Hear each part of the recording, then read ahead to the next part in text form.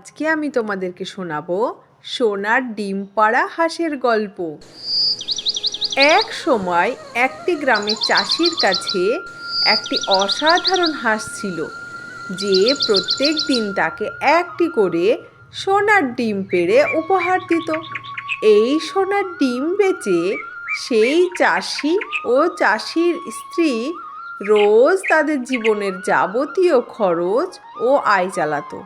সোনার ডিমগুলোকে প্রতিদিন সে বাজারে বিক্রি করতে যেত এবং তার বিনিময়ে অনেক টাকা পেত। এই রকম করে বাজারে সোনার ডিম বিক্রি করতে করতে অনেক ধনী হয়ে গেল।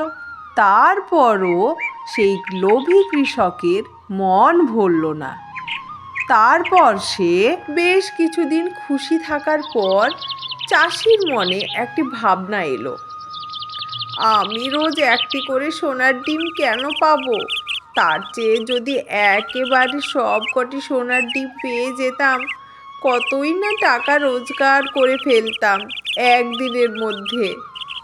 চাষির এই বুদ্ধিতে তার স্ত্রীও রাজি হয়ে যায় ও একদিন তারা দুজনে মিলে সেই সোনার ডিম পাড়া হাঁসকে ধরে হত্যা করে এবং তার পেট কেটে দেখে যে সেখানে রক্ত ও মাংস ছাড়া কিছুই নেই। তখন তারা নিজেদের ভুল ও নির্বুদ্ধিতা বুঝতে পেরে সর্বস্ব হারানোর দুঃখে মেতে ওঠে। তাহলে আমরা এখান থেকে কি শিখতে পারলাম? যে কোনো কাজ করার আগে বারবার তার ফল ভেবে তবেই করা উচিত। ধন্যবাদ। গল্পটি এখানে শেষ হলো।